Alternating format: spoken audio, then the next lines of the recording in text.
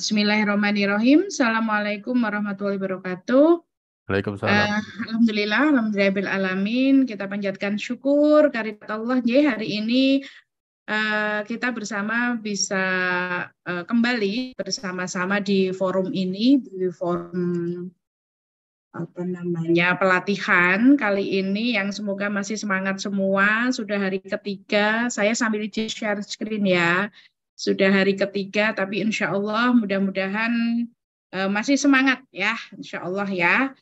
Oke, baik teman-teman semuanya, hari ini saya saya diberikan tugas untuk memberikan terkait dengan penyusunan dokumen akreditasi klinik, walaupun nanti akan saya sambungkan sedikit dengan puskesmas ya, Kenapa? Karena untuk yang puskesmas itu rata-rata sudah ada ataupun sudah ada pedoman baku ya, sudah ada tata naskah dinas yang memang sudah ditetapkan oleh pemerintah daerah masing-masing gitu ya.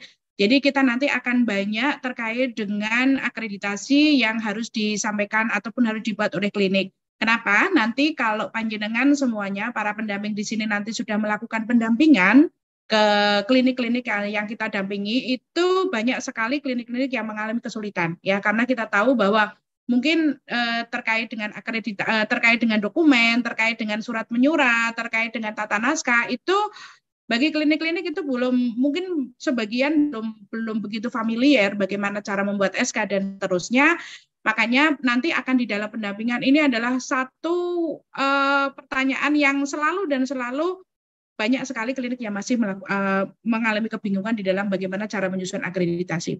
Untuk itu hari ini akan ada dua, saya dan Dr. Jenti, di mana nanti untuk saya itu ke pedoman tata naskah, bagaimana kita melakukan pengelolaan dokumen, kemudian bagaimana membuat renstra sampai kepada kerangka acuan. Ya. Nanti untuk kebijakan ya, membuat SK, kemudian SOP, itu nanti akan dibahas tuntas dengan Dr. Jenti. Pada sesi saya nanti akan terbagi menjadi dua ya, jadi agar biar tidak begitu bosan. Nanti yang ada dua sesi, nanti satu sesi break, kemudian sesi yang kedua, habis itu kita praktek. Ya, habis itu kita praktek, nanti teman-teman nanti kita bisa berlatih bersama terkait dengan itu. Ya. Oke, ini sudah bisa dilihat ya? Sudah, Dok? Slide saya sudah terlihat, Dr. Akil? Sudah. Monggo. Dr. Akil masih mute. Boten, Teman-teman sudah sudah terlihat. bisa terlihat? Sudah Sampun, ya? sampun. Oke, yeah. Iya. Baik, ini saya akan memulai. Bismillah. Ini saya akan menyampaikan, kemarin mungkin sudah dibahas sedikit oleh Dr. Hussein. Ini nanti kita akan lebih dalam lagi ya terkait dengan dokumen. Baik, ini dokumen yang harus disiapkan kita di dalam pemenuhan akreditasi. Kita tahu bahwa berdasarkan sumbernya ada dua dokumen, ya.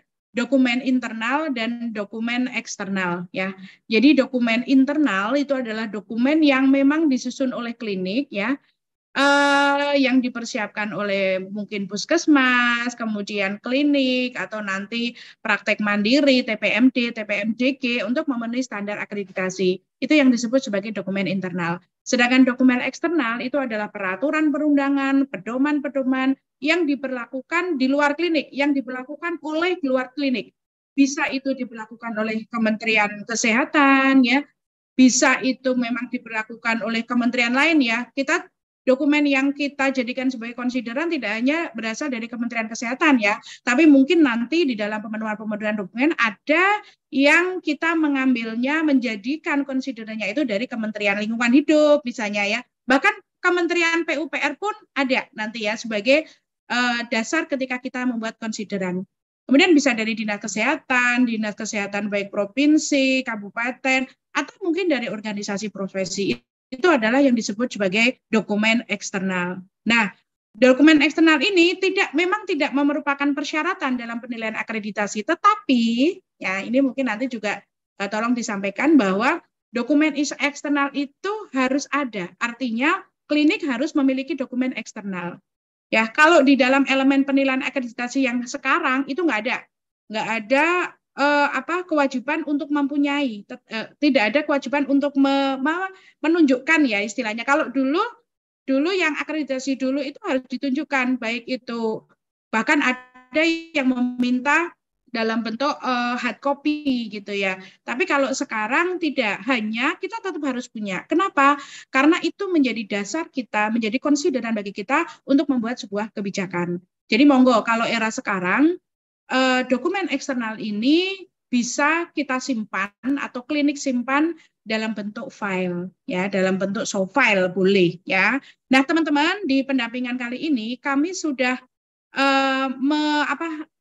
mengupload juga dokumen-dokumen eksternal yang akan menjadi dasar di dalam klinik itu membuat dokumen ya. Jadi kalau kita masuk di drive ya, jadi drive yang sudah kita siapkan di materi panjenengan itu ada dokumen eksternal. Jadi itu yang disebut dengan dokumen eksternal. Kemudian kalau untuk berdasarkan jenisnya itu jenis dokumen di akreditasi itu ada yang disebut dengan dokumen induk, kemudian ada yang disebut sebagai dokumen terkendali, ada yang disebut sebagai dokumen tidak terkendali, dan ada yang disebut sebagai dokumen kadaluarsa. Yuk kita lihat satu-satu. Apa itu yang disebut dengan dokumen induk? Dokumen induk adalah dokumen asli yang telah disahkan oleh kepala, dalam hal ini kepala klinik atau kepala puskesmas ya, kepala FKTP. Ini sudah disahkan. Jadi teman-teman nanti ini real di lapangan ya, real di lapangan, kita aplikatif saja, tidak hanya sekedar tataran teori. Real di lapangan nanti namanya dokumen itu akan beredar berseliweran. Apalagi sekarang kita sudah banyak sekali, sudah paperless ya, sudah mengurangi kertas. Jadi dokumen-dokumen yang dibuat oleh teman-teman klinik itu berseliweran. Jadi ada misalnya yang dari unit UGD membuat dokumen, itu mungkin dokumennya belum di ACC kan, tapi bisa saja itu sudah nyebar kemana-mana. Nah, ini nanti konsep dari pengendalian dokumen seperti itu. Jadi dokumen yang belum matang bisa saja beredar kemana-mana kalau kita tidak punya pengendalian dokumen yang baik. Jadi yang namanya dokumen induk itu yang sudah disahkan, ya. Kalau belum disahkan oleh direktur atau kepala FKTP, maka itu belum menjadi dokumen induk. Jadi mungkin masih dokumen-dokumen yang perlu dikonsulkan dan seterusnya seperti itu, ya. Nah, kemudian ini adalah dokumen terkendali. Dokumen terkendali, jadi dokumen induk itu adalah apa ya istilahnya? Ya induk. Dia yang nantinya dokumen induk ini tidak boleh ataupun walaupun sudah disahkan, artinya disahkan itu sudah ada penomoran, sudah ada tanda tangan karena sudah disahkan, kemudian sudah ada penomoran, ya sudah ada penomoran, kemudian sudah disimpan tapi belum dicap. Kenapa? Karena ini menjadi apa ya istilahnya babonnya ya, menjadi induknya ya. Nah, kalau kemudian dokumen yang dibuat atau yang sudah menjadi dokumen induk itu diperlukan oleh unit lain atau diperlukan oleh pelaksana, maka itu dokumen itu akan didistribusikan.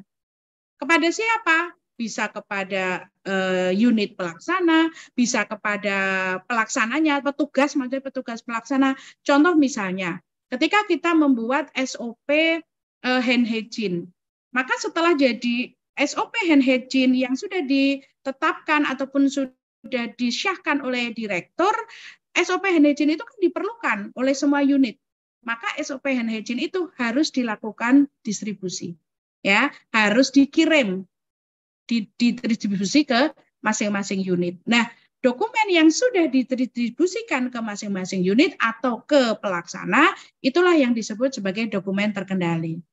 Nah, jangan lupa teman-teman bahwa dokumen terkendali itu harus didaftar. Jadi ada semacam catatan, entah dalam bentuk buku, mungkin kalau zaman dulu pakainya buku ya, tapi kalau sekarang mungkin kita sudah bisa buat Excel saja, atau bahkan sudah ada aplikasi terkait dengan pendistribusian seperti ini, yang ketika satu dokumen itu didistribusikan ke masing-masing unit, itu harus terrecord. Kemana dokumen ini didistribusikan, pada tanggal berapa dokumen ini didistribusikan, siapa yang menerima distribusi tersebut. Jadi harus terrecord. Karena namanya dokumen terkendali, nggak boleh hilang. Ya, kenapa nggak boleh hilang? Karena nanti ketika pada suatu saat dokumen itu sudah tidak berlaku lagi, contoh misalnya SOP 2 tahun sudah dilakukan review, ternyata hasil review bahwa SOP ini harus diganti atau SOP ini harus ditambahi atau bahkan dikurangi nanti kalau kita belajar FMEA ya, mungkin dikurangi gitu. Maka SOP yang tadinya sudah didistribusikan ke masing-masing unit itu harus diambil oleh sekretariat ya, istilahnya harus diambil oleh sekretariat atau petugas yang ditunjuk oleh direktur. Nah, bagaimana bisa mengambil ya? Itu kan harus punya catatan. Dulu kami distribusikan kemana? Siapa yang menerima? Karena dokumen itu harus ketemu, gitu ya. Ibaratnya seperti itu. Oke, kemudian dokumen terkendali ini menjadi acuan di dalam melaksanakan pekerjaan. Ya, karena itu akan kenapa didistribusikan ke unit, kenapa didistribusikan ke petugas? Karena itu akan menjadi acuan pekerjaan mereka. Nah, ini ya, yang berikutnya adalah dapat ditarik bila ada perubahan ataupun revisi. Nah, dokumen asli ini adalah dokumen asli yang telah ditetapkan oleh FKTP yang tadi didistribusikan ke unit ini yang namanya dokumen terkendali. Ini ada tanda tangan. Jadi kan kalau tadi dokumen induk kan sudah ada tanda tangannya ya. Kalau itu dikopi untuk menjadi dokumen terkendali, maka setelah kopiannya itu di-stempel ya, baru di-stempel. Kemudian kalau di dalam pedoman penyusunan dokumen akreditasi yang diterbitkan oleh Kementerian Kesehatan tahun 2017 itu harus dilakukan ditambahi dengan cap ataupun stempel terkendali, begitu ya.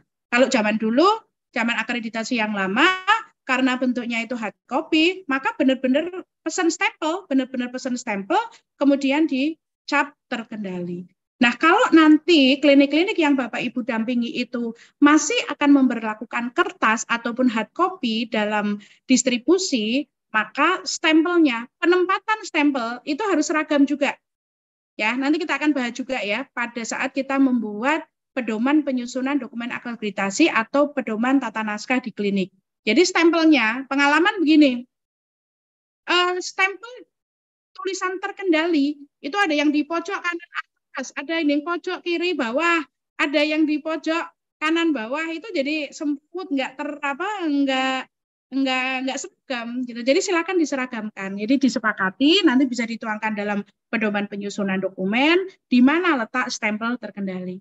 Nah, monggo nanti kalau untuk yang sekarang dengan menggunakan soft file maka penandaan atau stempel terkendalinya mungkin bisa tidak harus dalam bentuk stempel seperti ini ya, tapi bisalah secara digital itu bisa diberikan tanda bahwa itu adalah dokumen terkendali. Oke, kita lanjut. Nah, bagaimana dengan yang dinamakan dokumen tidak terkendali?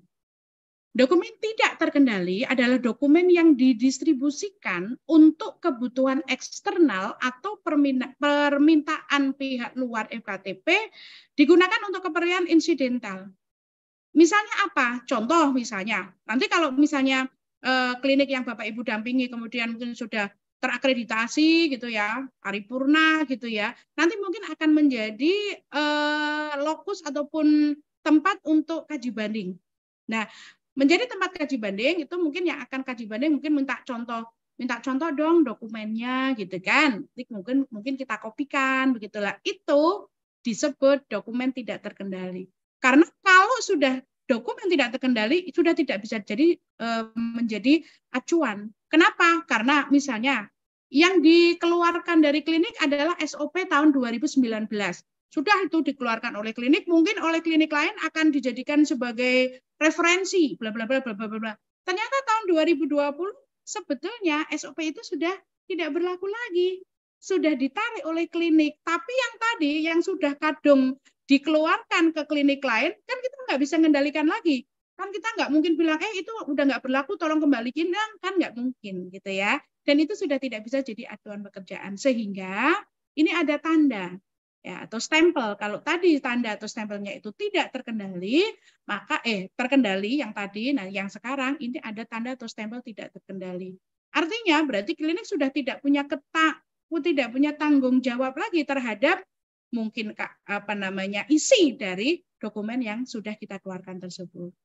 Nah, siapa yang berhak mengeluarkan dokumen ini adalah orang yang ditunjuk oleh pimpinan atau ditunjuk oleh direktur. Monggo, di masing-masing itu bisa berbeda-beda. ada yang mensentralkan di Timutu, ada yang memang menunjuk satu petugas, mungkin sekretaris atau apapun gitu ya. Silakan yang ditunjuk oleh klinik, tapi itu harus apa istilahnya ditetapkan memang orang itu atau tim itu yang berhak mengeluarkan. Jadi tidak semua orang itu, tidak semua karyawan itu bisa mengeluarkan. Dan ini harus tercatat. Ya, ini harus tercatat di dalam daftar distribusi dokumen tidak terkendali. Kemana saja sih dokumen yang dulu saya keluarkan itu menuju kemana saja gitu ya? Itu harus ada pencatatannya. Ya, baik. Nah, sekarang bagaimana dengan dokumen kadaluarsa? Yaitu dokumen yang dinyatakan sudah tidak berlaku karena telah ada perubahan atau revisi sehingga tidak dapat lagi menjadi acuan. Saya tadi sudah menyampaikan salah satu contohnya ketika ada SOP yang kemudian 2 tahun dilakukan review atau memang SOP itu ini udah nggak sesuai nih dengan sekarang. Ayo kita lakukan review. Kemudian setelah dilakukan review atau mungkin dilakukan FMEA, ternyata memang SOP-nya itu harus berubah. Oh, langkahnya nggak 5 ini harus ada langkah 6 nih. Besok kalau pas FMEA nanti akan bisa lebih dipahami ya. Nah, itu kan berarti dokumen yang dulu, SOP yang dulu berlaku itu udah nggak berlaku lagi. Maka itu harus diambil. Dokumen itu diambil, tadi disebarkan kemana gitu ya. Dokumen terkendalinya diambil, kemudian dokumen itu dicap. Dicap apa? Dikasih tanda atau distempel, dikasih penanda bahwa itu adalah dokumen kadaluarsa. Ya. Nah, kemudian dokumen kadaluarsa itu diapain? Ya, sementara dikumpulin dulu diarsip dulu di dalam arsip dokumen kadaluarsa. Sambil kemudian tergantung dari kebijakan di klinik, aturan ataupun regulasi yang ditetapkan di klinik bahwa pemusnahan dokumen itu berapa lama atau resistensi dokumennya itu berapa lama. Mungkin ada yang memberlakukan 5 tahun, mungkin ada yang memberlakukan 2 tahun misalnya. Ya sudah, berarti sebelum 5 tahun maka dokumen kadaluarsa itu ya masih berupa dokumen, belum bisa dimusnahkan gitu ya. Tapi kalau misalnya sudah sesuai dengan kebijakan yang dibuat di klinik bahwa 3 tahun, sudah 3 tahun, silahkan dimusnahkan dengan konsep pemusnahan ya.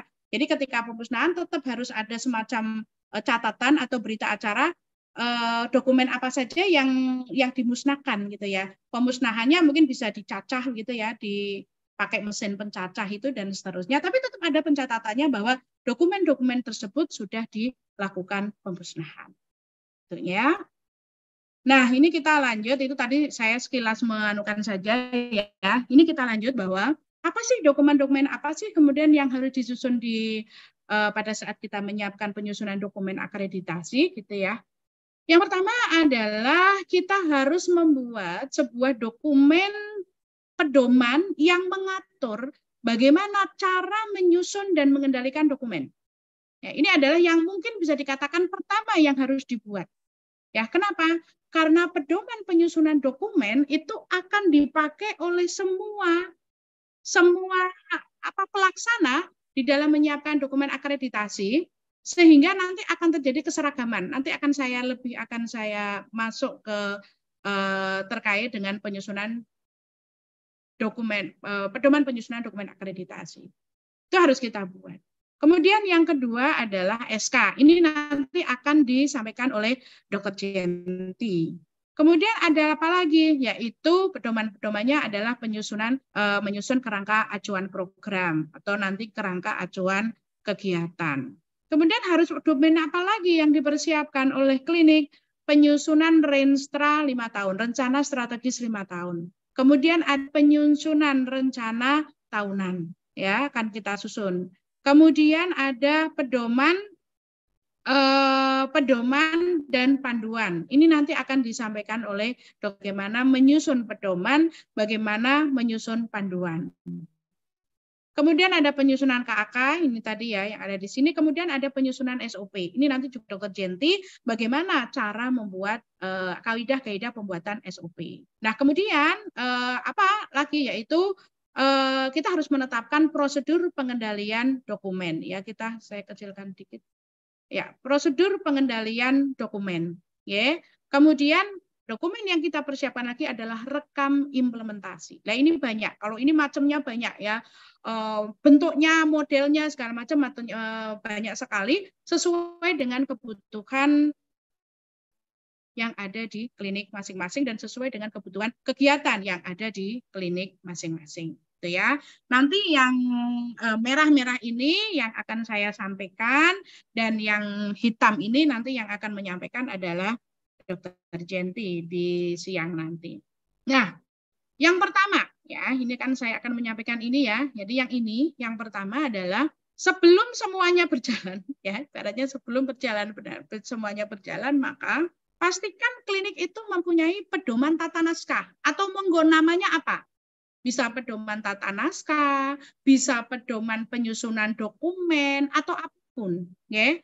Lah, monggo juga di klinik ini akan membuat pedoman tata naskah secara umum, tidak hanya untuk akreditasi, dan itu sebetulnya diharapkannya lebih seperti itu ya.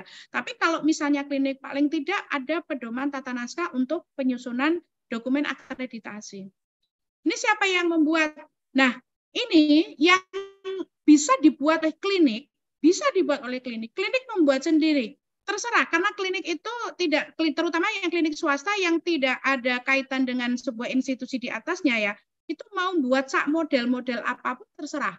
Mau pakai model hurufnya Times Roman, atau mau huruf Arial, atau mau model pasak kiri pasak kanannya beda, atau mau apapun itu boleh. Tidak akan disalahkan. Kalau itu klinik swasta yang murni tidak ada hubungannya dengan institusi di atasnya. Nah, bagaimana kalau klinik itu punya institusi di atasnya?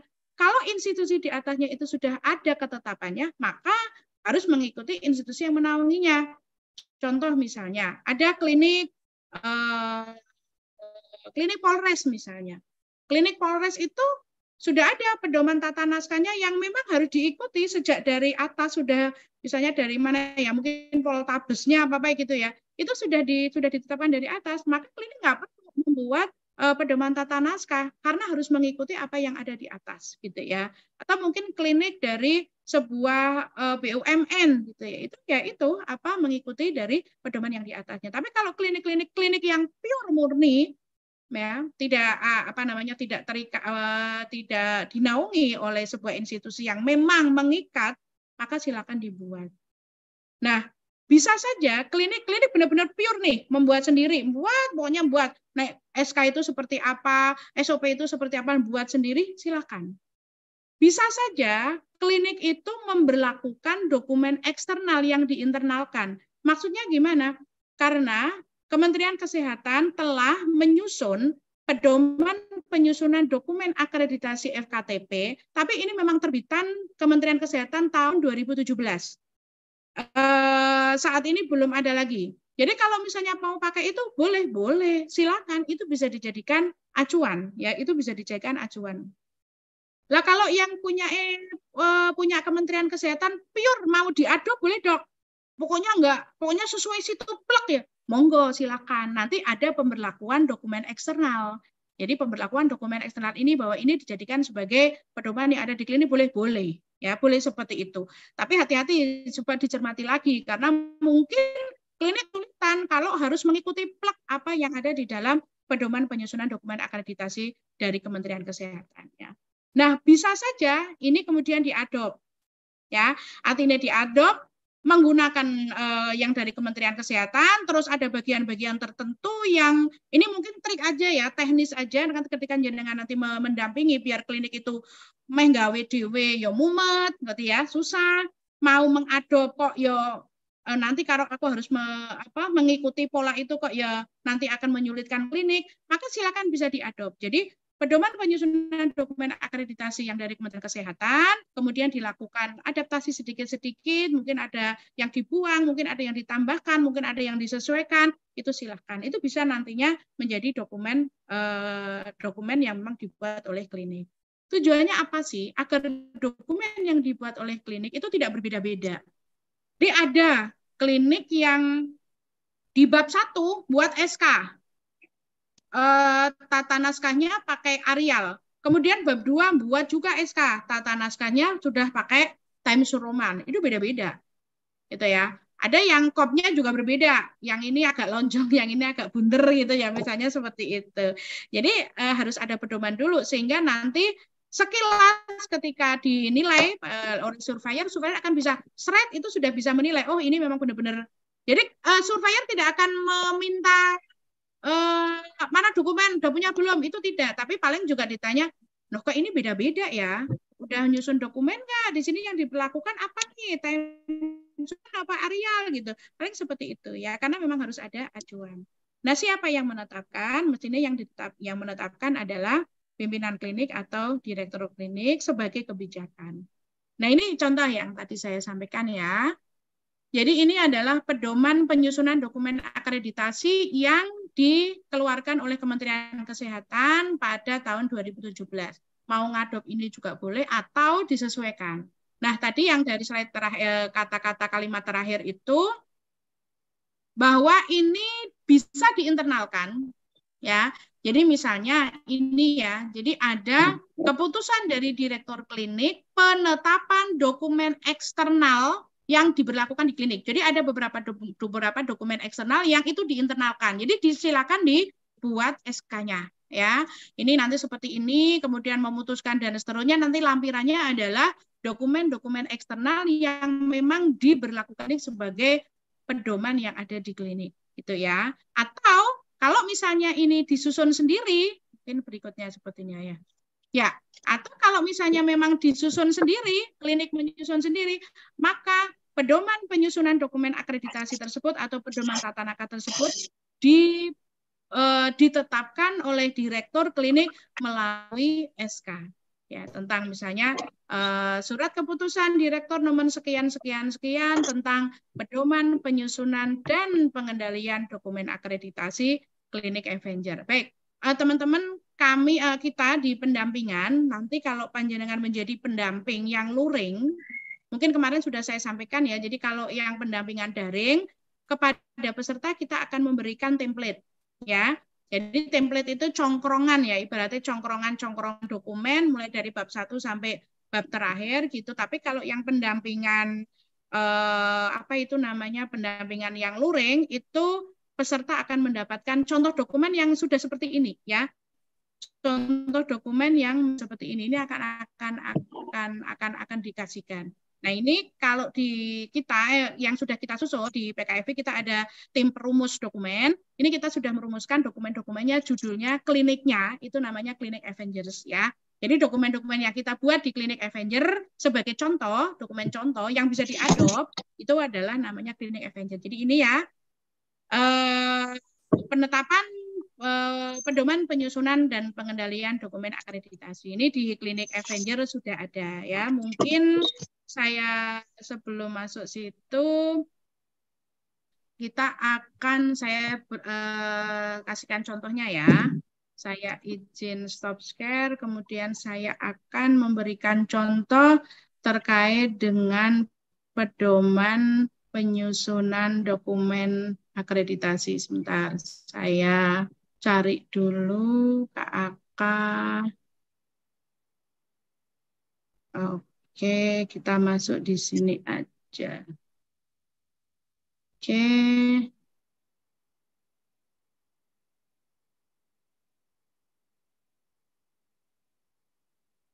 Anak-anak nasi di sini Mas. Ya, sudah terlihat teman-teman? Dari Bune. Sudah terlihat belum? Sudah ya? Sudah ada. Oke.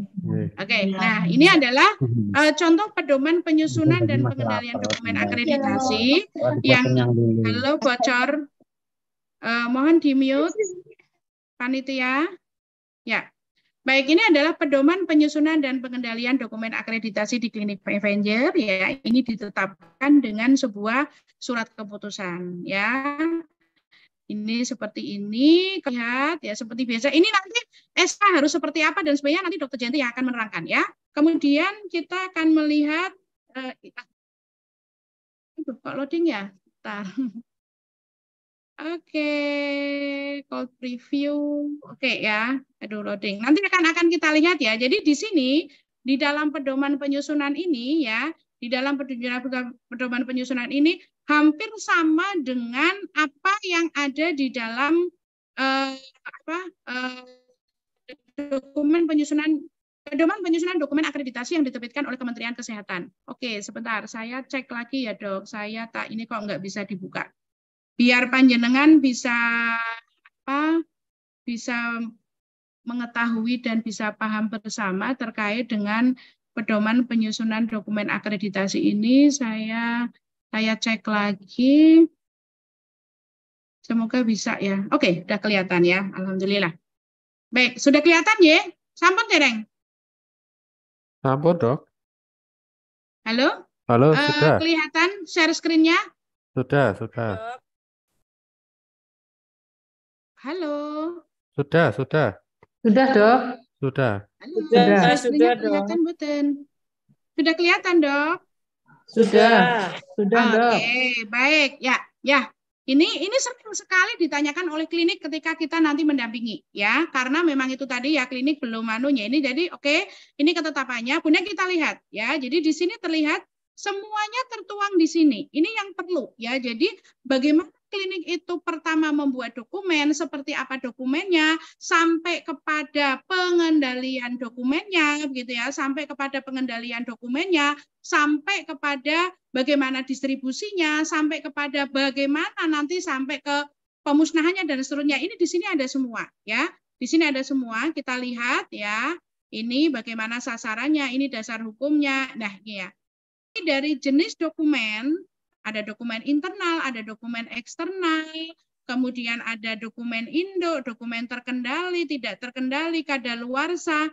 Apa sih dokumen-dokumen yang disediakan di klinik? Dokumen-dokumen yang disediakan oleh klinik tersebut mulai dari rencana strategi 5 tahunan, kemudian rencana tahunan, kebijakan direktur, pedoman, kemudian SOP, panduan, kerangka acuan, dan rekaman atau histori rekaman. Ini seperti ini. Nah, kemudian ini nanti akan diterangkan satu-satu, Dok.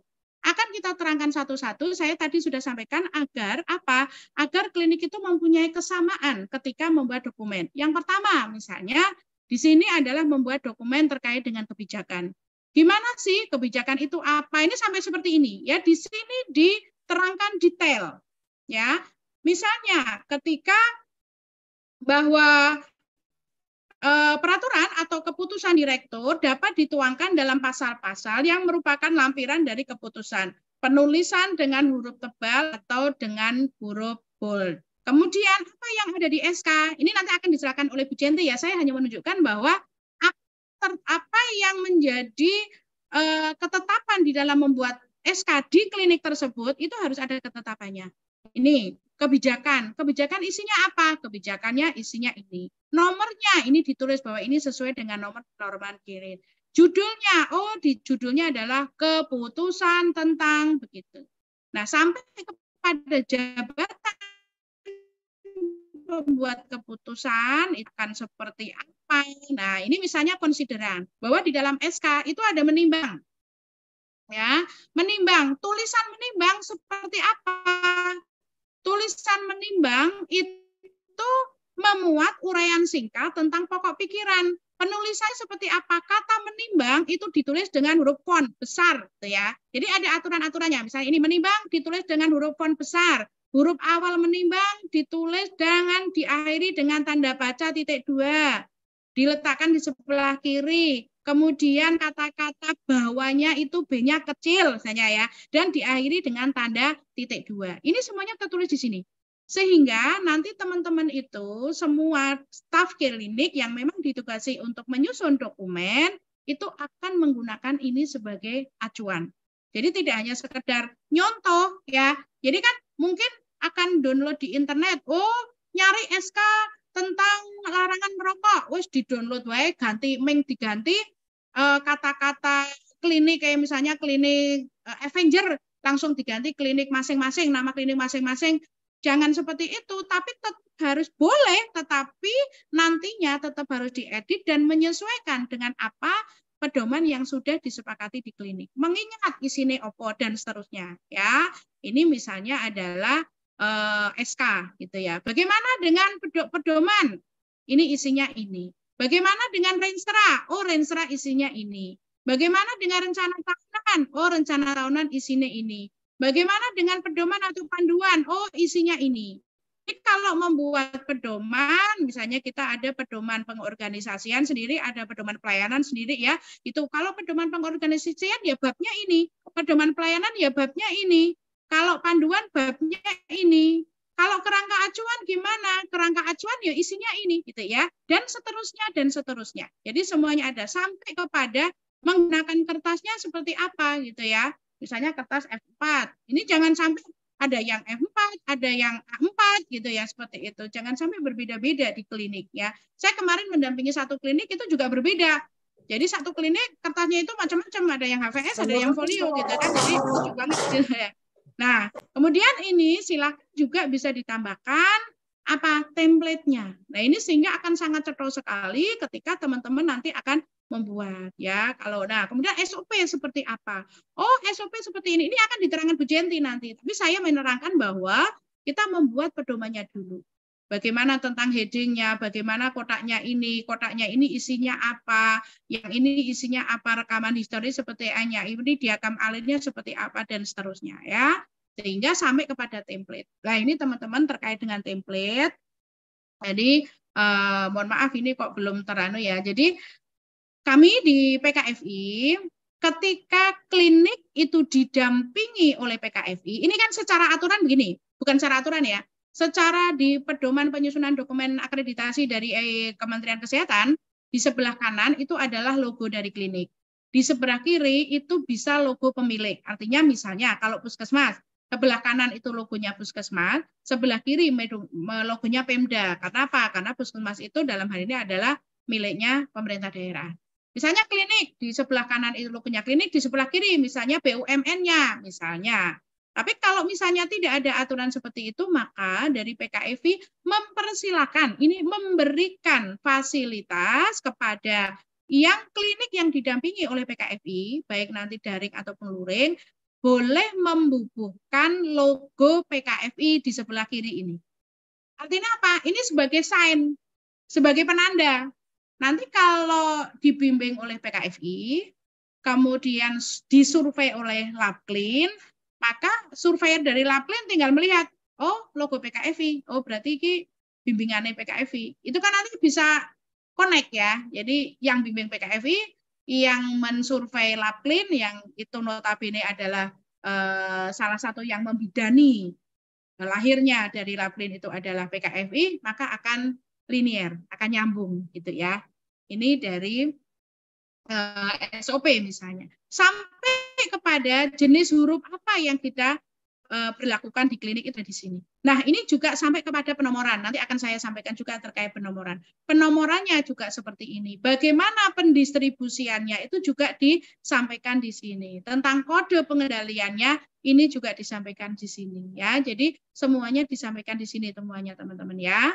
Ini jadi semuanya itu sampai kepada ini apa namanya template-template yang memang diberlakukan oleh klinik. Ini silakan semuanya. Ini silakan disesuaikan di kliniknya masing-masing ya, tidak harus sama plek dengan ini. Ya sampai kepada kalau rekam kegiatan seperti apa? Oh, kalau rekam kegiatan kan nanti ada uang.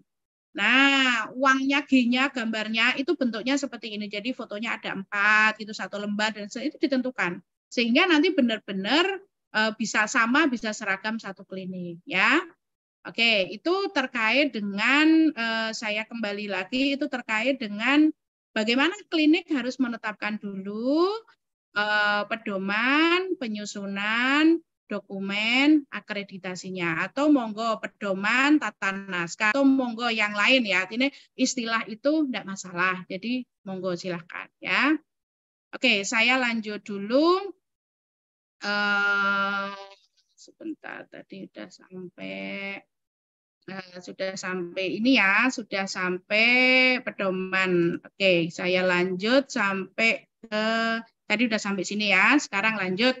Nah, setelah dibuat dokumennya, dokumen udah jadi nih, dokumen udah jadi, maka apa yang harus dilakukan? Yaitu pengendalian dokumen ya.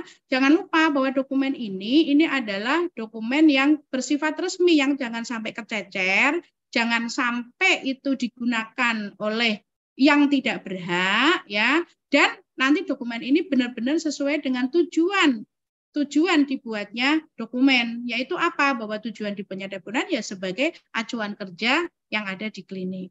Jadi pengendalian dokumen apa yang harus kita kendalikan itu mulai dari bagaimana kita mengidentifikasi penyusunan. Nah, termasuk ketika terjadi perubahan dokumen. Jadi jangan sampai ya, jadi kan ditetapkan ya kalau untuk SOP itu tidak berlaku seumur hidup ya. Artinya SOP itu 2 tahun sekali harus dilakukan review atau monggo sesuai dengan anunya klinik ya. Atau ketika SOP itu sudah tidak berlaku atau sudah tidak sesuai maka tidak akan dilakukan review masih sesuai apa enggak. Nah, ini namanya pengendalian dokumen. Jadi jangan sampai SOP yang wis kadaluarsa banget wis ora banget karo zaman saiki isih dienggo wae gitu seperti itu. Nah, bagaimana dengan penyusunan dokumen? Monggo.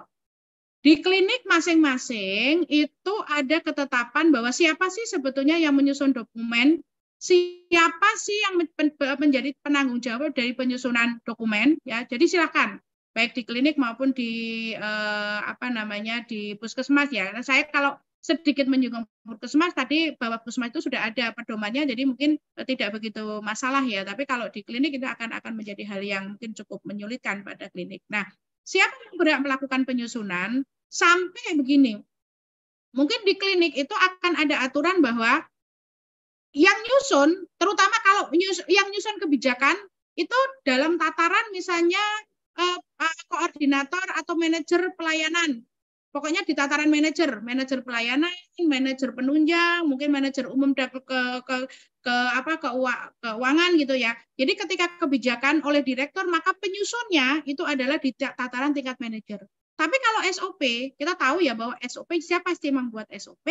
Yang membuat SOP itu adalah pelaksana, karena benar SOP pendaftaran pasien baru. Masa yang mau membuat direktur, gitu kan? Yang tahu persis pekerjaannya, yang tahu persis apa yang dilakukan di situ itu adalah pelaksana. Maka yang membuat SOP adalah pelaksana. Tetapi apakah kemudian pelaksana, taruhlah misalnya petugas pendaftaran membuat SOP terkait pendaftaran, apa langsung ketika SOP itu jadi kemudian langsung dimintakan tanda tangan direktur? Mestinya tidak demikian. Tetapi ada mekanisme bahwa yang dibuat oleh petugas pendaftaran membuat SOP terkait dengan pendaftaran pasien baru itu setelah dia buat, maka dia akan konsul, dia naikkan ke misalnya hierarkinya misalnya koordinator ataupun penanggung jawab unit pendaftaran misalnya seperti itu. Setelah dikoreksi, bagus, naik ke atas. Kalau pendaftaran itu berarti masuk di siapa? Manajer penunjang, manajer pelayanan misalnya atau penunjang gitu ya. Maka kalau manajer penunjang sudah mengoreksi oke, bagus atau oke, sesuai dan seterusnya, maka baru itu nanti akan dimintakan ketetapan kepada direktur. Jadi tidak ujuk-ujuk. Kalau ujuk-ujuk semua harus ditandatangani direktur, semua yang menetapkan direktur tanpa ada koreksi atau ada evaluasi penyusunan dari staf di bawahnya atau struktural di bawahnya, direktur akan kesulitan untuk iki bener apa ora gitu. Jadi klinik harus menetapkan mekanisme itu monggo. Kalau naiknya itu mungkin berdasarkan bab juga monggo silahkan. Jadi sesuai dengan apa yang ada di klinik. Nah ini ya, jadi pengesahan itu oleh direktur. Kemarin banyak sekali pertanyaan. Yang menandatangani itu siapa? Direktur, pemilik, atau penanggung jawab medis gitu ya.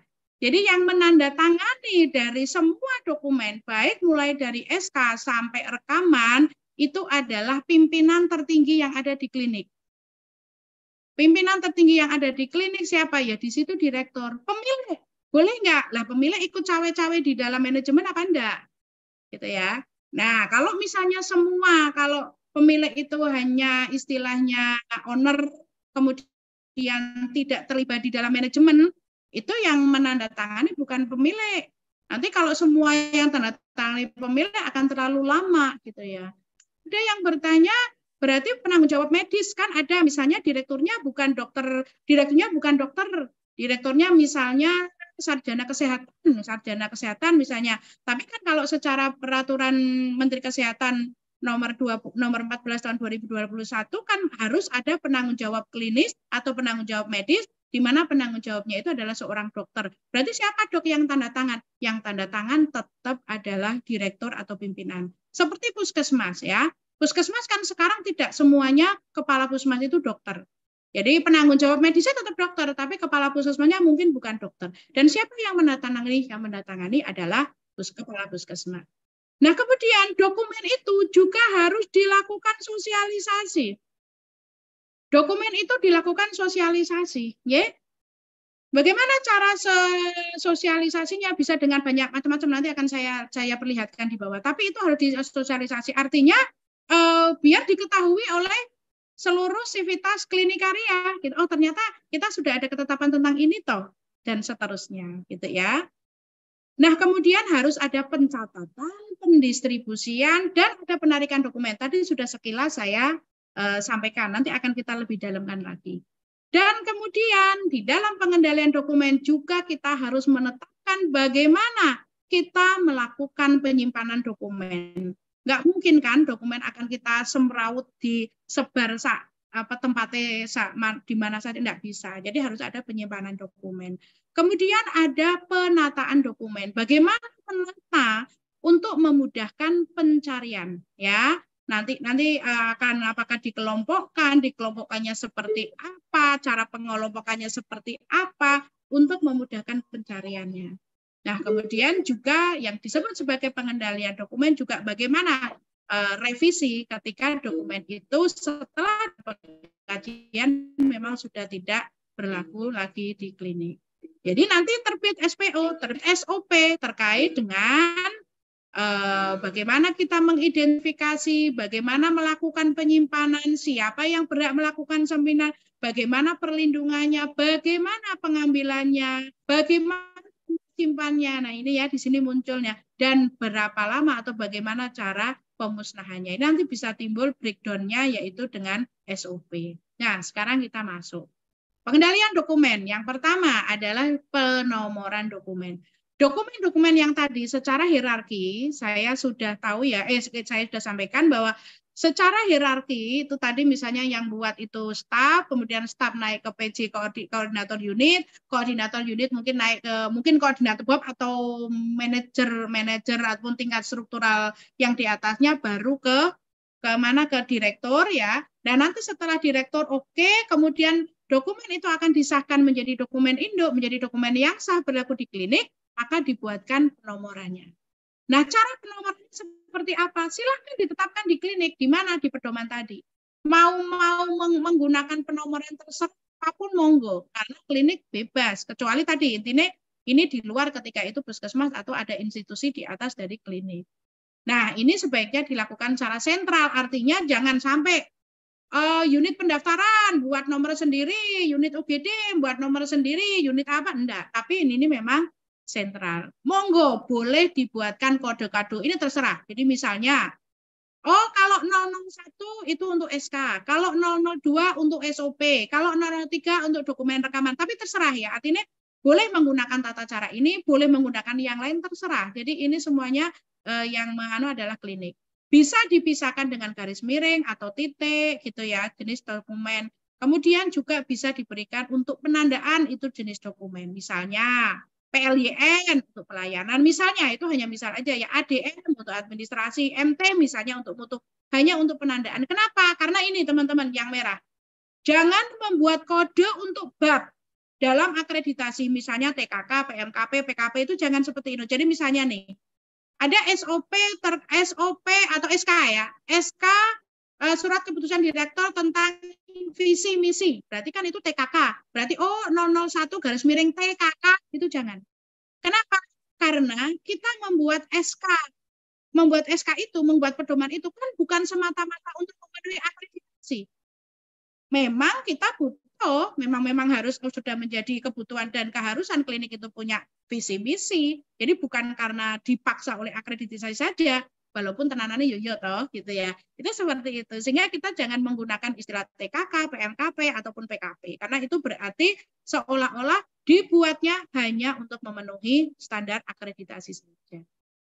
Contoh ini ya, jadi kalau SK, misalnya kan tadi 001, ini ternyata ini adalah SK kedua yang diterbitkan karena sentral ya, ini SK kedua yang diterbitkan, oh ini kalau SK tentang pedoman jenis pelayanan di klinik ya, berarti PLYN, bulan 2 tahunnya 2023, gitu misalnya seperti itu. Atau SOP kan tadi 002, oh karena ini mutu misalnya, itu seperti itu. Jadi monggo ya, kalau ini tidak ada ketetapan khusus, silakan dari klinik masing-masing. Nah, kemudian pengesahan dokumen. Ya, disahkan oleh klinik, pimpinan klinik, cek oleh tim atau yang ditunjuk.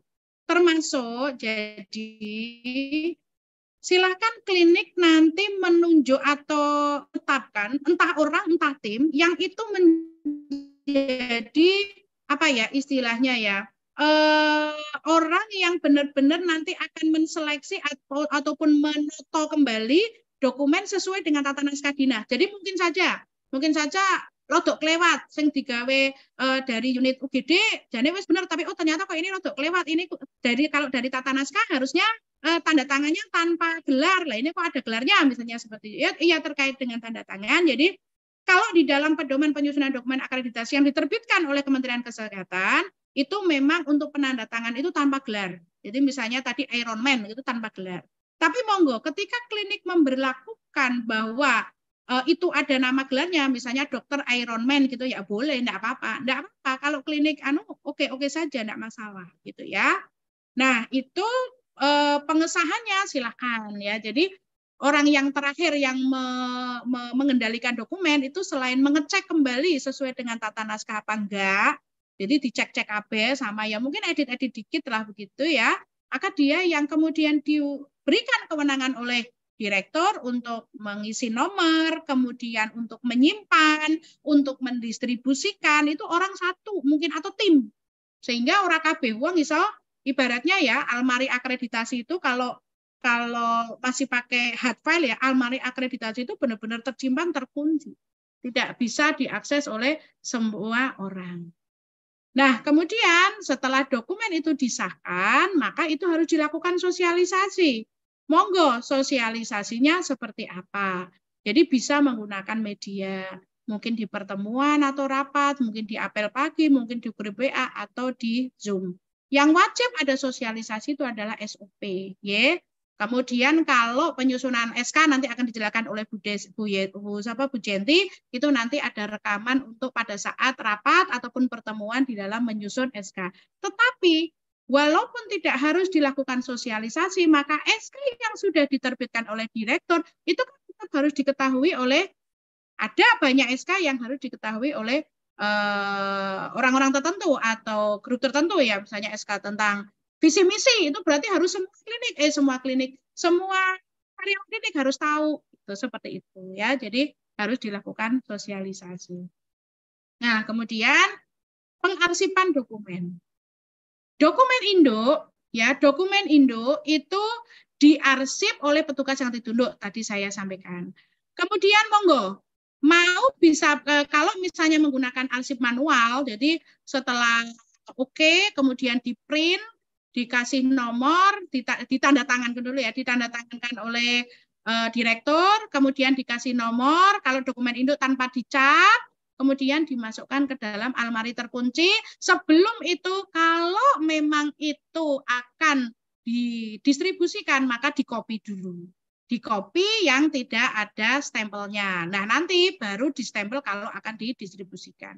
Nah, kalau itu kita menyimpannya arsip digital, jadi tidak di print, maka ini harus ada akses keamanan data ya. Jadi tidak semua di-share enggak ya. Jadi intinya itu harus ada pengendalian ya.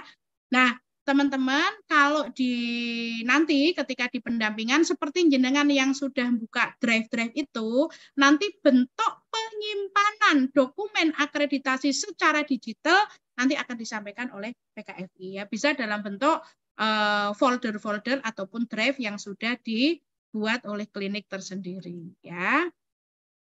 Nah, kemudian distribusi. Ya, saya bilang tadi setelah itu distribusi ke unit yang membutuhkan. Ini sebagai tadi apa? Dokumen terkendali. Ini harus tercatat, tadi sudah saya sampaikan, ada bukti buku ekspedisinya. Nah, kalau itu dokumennya hard file itu ada apa ya, tanda itu cap terkendali. Tapi kalau bentuk elektronik monggo silakan, nanti yang dilakukan di klinik seperti apa.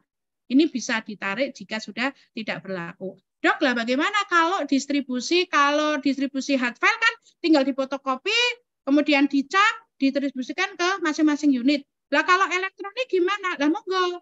Mungkin penyimpanannya di endoelektronik, tapi dokumen terkendalinya yang berada di masing-masing unit itu mungkin hard file, silakan. Tapi kalau misalnya nih, non sewu, mungkin ada klinik yang semua unit sudah punya komputer. Kenapa? Karena pakai rekam medis. Kalau rekam medis berarti kan mulai dari pendaftaran, unit pelayanan umum, unit KIA, laboratorium, ada farmasi, rawat inap, semuanya udah punya komputer sendiri-sendiri gitu ya. Sudah ada komputer sendiri-sendiri sehingga apa? Sehingga distribusi dokumennya itu ya di dalam komputer yang ada di masing-masing unit. Tapi ini tetap harus terkendali. Ya, semuanya harus terrecord. Unit KIA itu dokumen yang didistribusikan ke unit KIA itu di dalam komputernya KIA itu apa saja itu harus terrecord. Nah, sekarang penataan dokumen. Kalau penataan dokumen itu dalam bentuk hard file, maka ini harus prinsipnya mudah dicari, mudah dilihat, mudah diambil, mudah dibaca. Jadi mungkin seperti ini ada penandaannya, ada tulisannya di sini ya. Jadi ada tulisan di sini. Nah, apa mungkin jadi admin sendiri, admin apa ya? Ya administrasi sendiri, pelayanan sendiri dan monggo. Ini terserah seperti apa. Nah, kemudian kalau ini dokumen manual bisa dikelompokkan dalam bab, standar, dan elemen. Misalnya ini bab 1 misalnya loh ya. Ini bab biar mudah mencari pada saat di survei gitu ya, pada saat checking ya.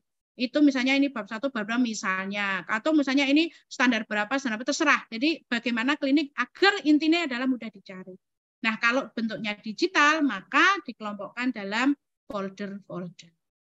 Nah, ini terkait dengan pemusnahan. Ya, tadi setelah dilakukan evaluasi, kok tidak berlaku, dianggap sebagai dokumen kadaluarsa, maka ditarik dari unit, diberi cap kadaluarsa, simpan di arsip dulu, baru pemusnahannya menyesuaikan dengan regulasi akan berapa tahun. Ya, itu dari dokumen ya. Saya lanjut dulu. Nanti pertanyaannya setelah ini aja ya. Jadi lanjut ke Renstra dan rencana tahunan klinik. Oke, rencana strategis 5 tahunan. Teman-teman, rencana strategis 5 tahunan kalau untuk akreditasi yang sekarang sebetulnya tidak ada diminta oleh EP, itu enggak ada. Rencana strategis ataupun rencana tahunan, rencana kegiatan tahunan itu juga tidak diminta oleh EP. Tapi kenapa ini tetap harus dibuat ya? Itu nanti akan bisa menunjukkan PDSA-nya. Nanti akan kita lihat di belakang ya, terutama bagi klinik-klinik yang mungkin pada saat ini ada beberapa yang belum bisa terpenuhi. Misalnya kudune misalnya kudune apa? Dikalibrasi kabeh alat, semua alat dikalibrasi, semua alat yang memang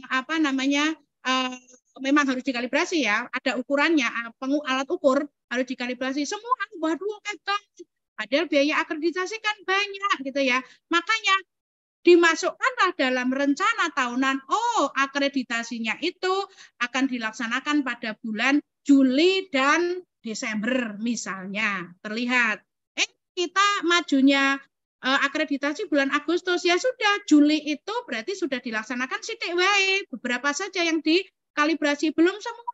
Enggak apa-apa, itu nanti di Desember ada lagi kok gitu. Jadi malah sebagai sarana kita untuk bisa merencanakan bahwa kegiatan ini atau pemenuhan ini akan kami penuhi pada next time yang akan datang gitu ya.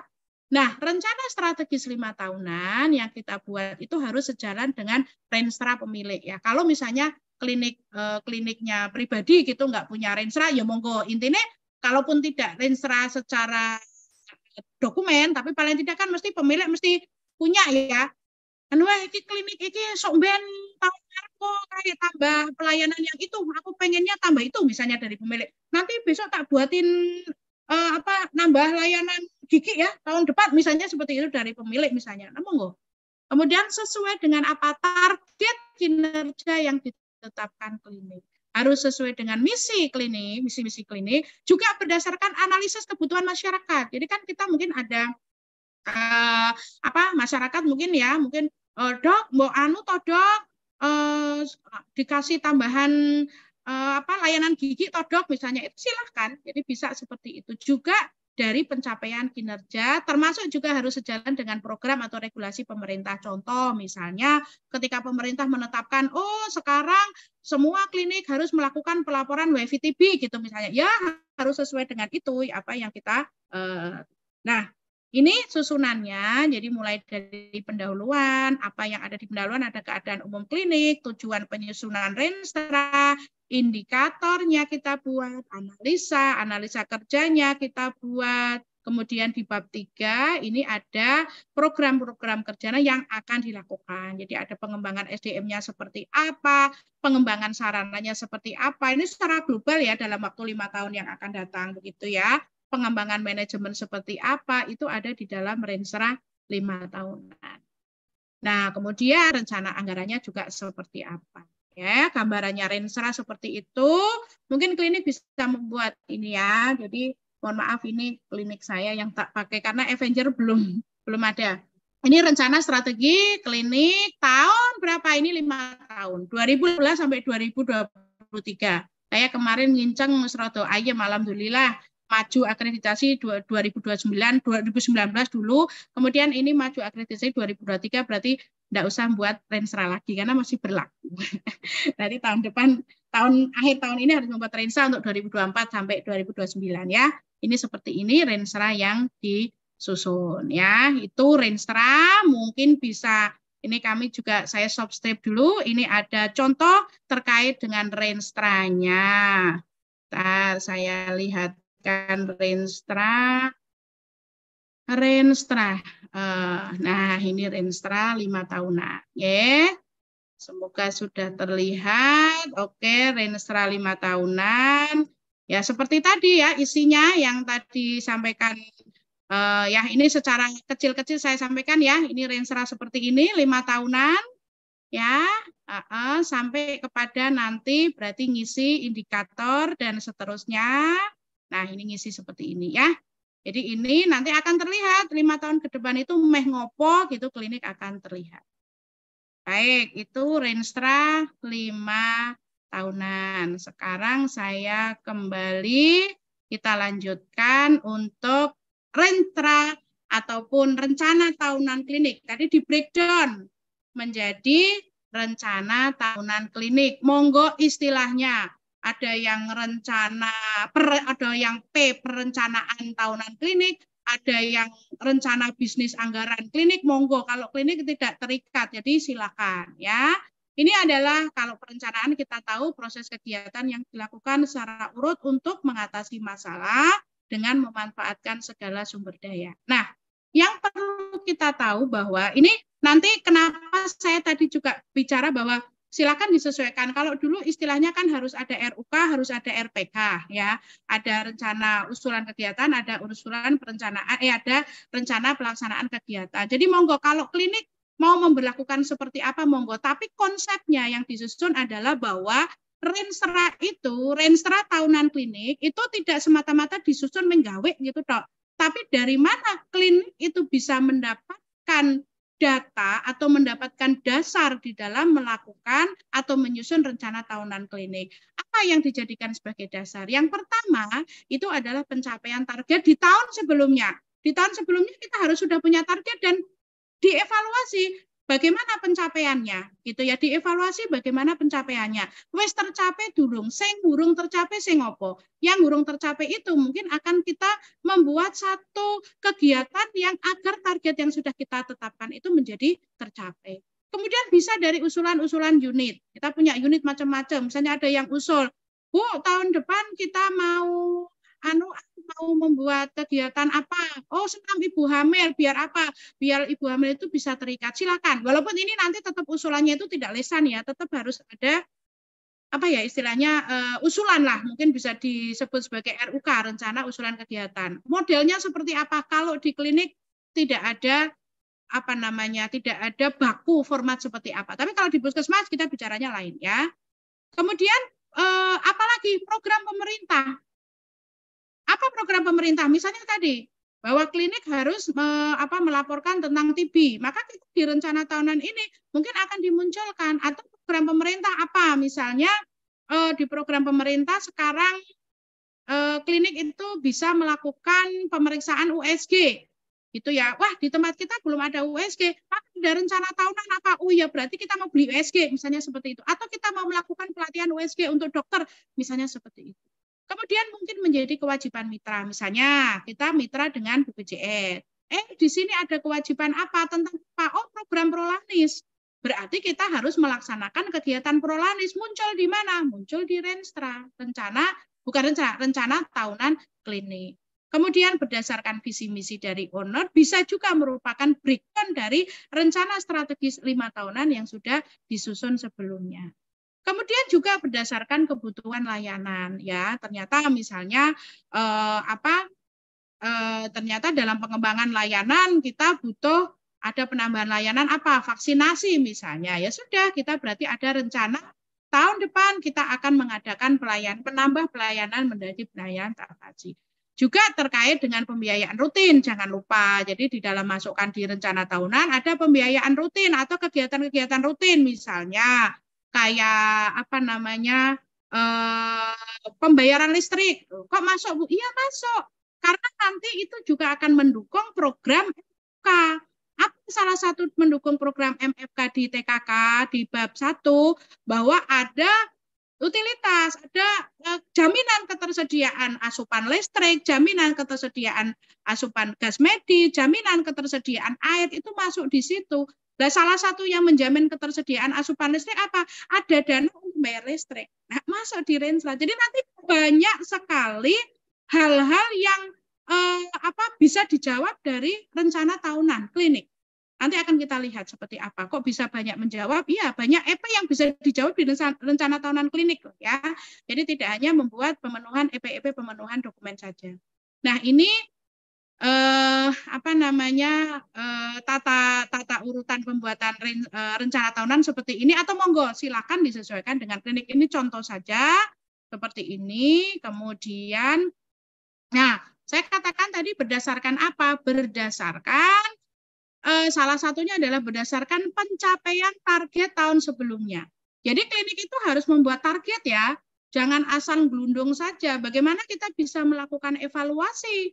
Nah, itu harus ada target. Misalnya kalau ini misalnya dimasukkan untuk komitmen BPJS targetnya apa, kemudian pelayanan rawat jalan ini targetnya apa. Ini harus membuat target seperti ini, sehingga ini nanti akan bisa dievaluasi di akhir tahun. Ini misalnya cakupannya sekian. Loh, kok ada yang cakupannya masih 48%? Apa ini? Klaim ANC BPJS. Wah, kok sidik banget. Ada apa? Ayo kita evaluasi. Nanti kita akan mengadakan pengembangan ataupun perbaikan di tahun berikutnya. Nah, ini ya, saya berdasarkan hasil kinerja tahun yang kemarin,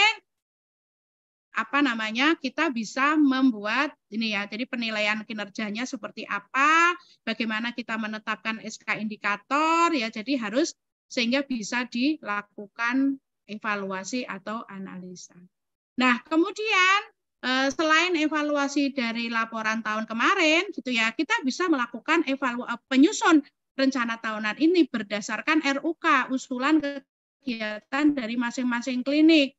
Ini nanti di farmasi nanti harus ada pertemuan untuk pembuatan RKO gitu misalnya. Pengadaan obat karena di tahun yang kemarin itu sekian, maka RUK-nya di pengadaan obat saya kira-kira sekian gitu ya. Itu ada RUK, ada rencana usulan kegiatan yang memang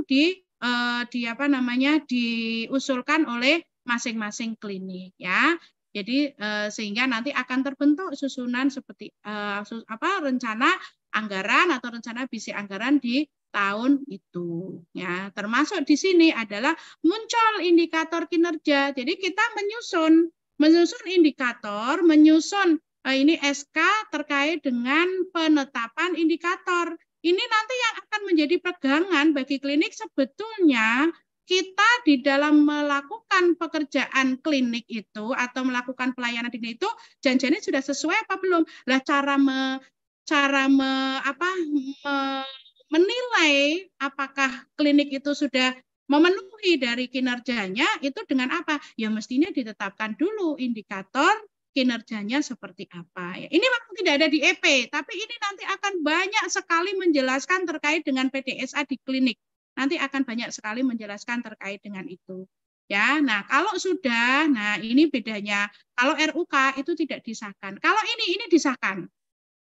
Rencana tahunan klinik ini dilakukan pengesahan ya. Siapa yang melakukan pengesahan? Yang melakukan pengesahan itu adalah dari direktur CV ya. Dari lembar penetapan itu oleh direktur klinik dan ini disahkan oleh direktur CV. Kenapa?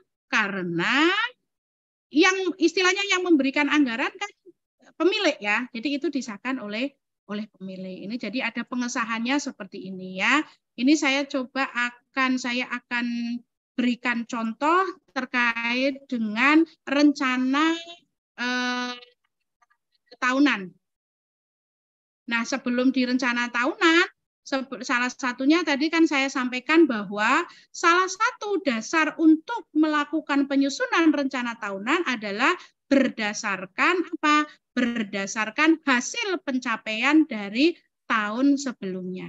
Nah, kita bisa menyusun namanya laporan ya, laporan kinerja tahun 2000 sebelumnya gitu ya. Jadi seperti ini di sini akan terlihat ya, ini kalau ini biasa ya, keadaan geografis dulu seperti apa, kita susun ya, kita susun. Nah, sampai ini, kemudian pengumpulan datanya. Nah, ini. Jadi yang kemarin, kemarin kontak rate-nya sekian, ininya sekian. Oh, ini sesuai dengan indikator yang kita tetapkan tahun kemarin. Pencapaian seperti apa? Oh, pencapaiannya sekian. Oh, kalau ini dari pelawat jalan seperti apa? Oh, kalau ini seperti apa? Oh, kalau yang rawat inap seperti apa? Oh, kalau bla bla bla bla bla bla sampai ke mutu, ya. Jadi di sini juga ada pencapaian mutunya seperti apa. Ya, jadi ada. Ini nanti di mutu juga yang di belakang juga ada. Sehingga itu akan menjadi apa? Bahan laporan ya, penyusunan laporan kinerja tahun 2000 sekian gitu ya. Ini akan dihitung dulu sehingga ini menjadi dasar tadi kita di dalam melakukan penyusunan rencana tahunan klinik. Nah, ini akan saya perlihatkan rencana tahunan ya, contoh dari rencana tahunan klinik. Ya. Oke, baik. Ya, ini adalah rencana, tadi udah tak stop belum? Bentar, saya stop dulu, saya perlihatkan contoh rencana tahunan klinik. Ini sering sekali ditanya ya oleh klinik ya, ditanya oleh klinik seperti apa toh contohnya gitu ya. Oke, ini saya perlihatkan contohnya. Baik, ini adalah contoh rencana tahunan klinik. Jadi mulai ini ya, rencana tahun klinik tahun 2023 gitu ya. Kita ini sesuai dengan apa yang tadi sudah kita masukkan dalam pedoman penyusunan dokumen. Ini mungkin apa yang ada di dalam rencana, ini ada lampirannya. Seperti itu. Kemudian bla bla bla, kita akan lihat. Nah, ini biasa ya dulu ya. Kemudian ada analisa dulu. Ini kan tadi pencapaiannya seperti ini. Kemudian kita lakukan analisa. Monggo mengidentifikasi salahnya seperti apa. Ini ya, kita yang ini berarti yang baik-baik ini alhamdulillah ada yang kurang. Kita lakukan analisa. Analisanya kenapa? Kemudian kita ada hambatannya apa? Nanti kita akan mencari seperti apa cara untuk mengatasi hambatan. Ini konsep PDSA jalan banget teman-teman ya. Jadi ini akan menjadi nilai tambahan poin sekali bagi perencanaan ataupun dari proses PDSA yang ada di klinik. Ini seperti ini, dilakukan analisa, kemudian mungkin kita lakukan USG seperti apa, kita lakukan identifikasi dengan menggunakan diagram ikan, kemudian alternatif pemecahannya masalah, bla bla bla, terus kemudian muncullah rencana tahunan klinik. Dalam bentuk apa, monggo? Mau dalam bentuk, saya contohkan mungkin bisa dalam bentuk ini ya, dalam bentuk dibuat lampiran. Oh, sebentar, saya share screen. Oke, mungkin ini ya. Oke, saya share screen. Ini hanya contoh saja ya. Sebentar, saya tutup angkanya dulu.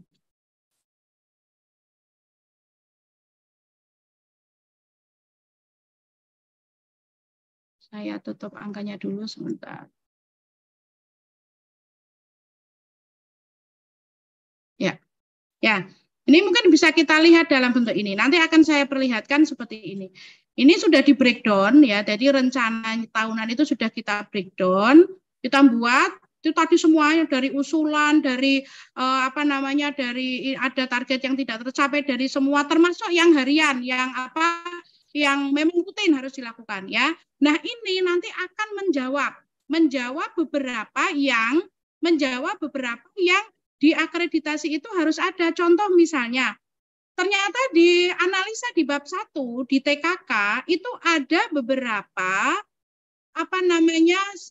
SDM atau karyawan klinik atau petugas itu yang belum memenuhi standar atau mungkin kurang. Maka kita masukkan di sini, ini yang saya kuning. Pemenuhan SDM klinik tenanan ya mungkin ya. Ada rekrutmen, kita mau ada rekrutmen TKK karena TKK-nya kurang. Ada mau rekrutmen petugas pendaftaran dan petugas front office atau petugas screening karena harus ada pemenuhan EP. Kita masukkan di sini. Teman-teman secara perkara mengko ini belum bisa dilakoni, yang penting mlebu ke sini dulu. Ya, itu seperti itu, ya. Kemudian apalagi misalnya nah ini ada pertemuan penyusunan rencana tahunan. Agar apa? Agar muncul memang kita itu ada perencanaan yang bagus. Itu masuk di sini. Nah, kemudian misalnya ini ada pemenuhan standar manajemen fasilitas. Ada pemenuhan apa? Kenapa? Karena ternyata dari analisa yang sebelumnya dari tim MFK bahwa aparnya kurang. Maka ada dong tambahan apar. Seperti itu. Ya, jadi akan terlihat. Kemudian, nah ini yang saya katakan tadi kalibrasi alat. Kalibrasi alat yang saya katakan tadi, kalau misalnya klinik belum mampu untuk mengkalibrasi semua, yang penting wis dilebokke di sini dulu. Sehingga muncul bahwa itu akan kami lakukan kok, tapi nanti di bulan apa gitu ya.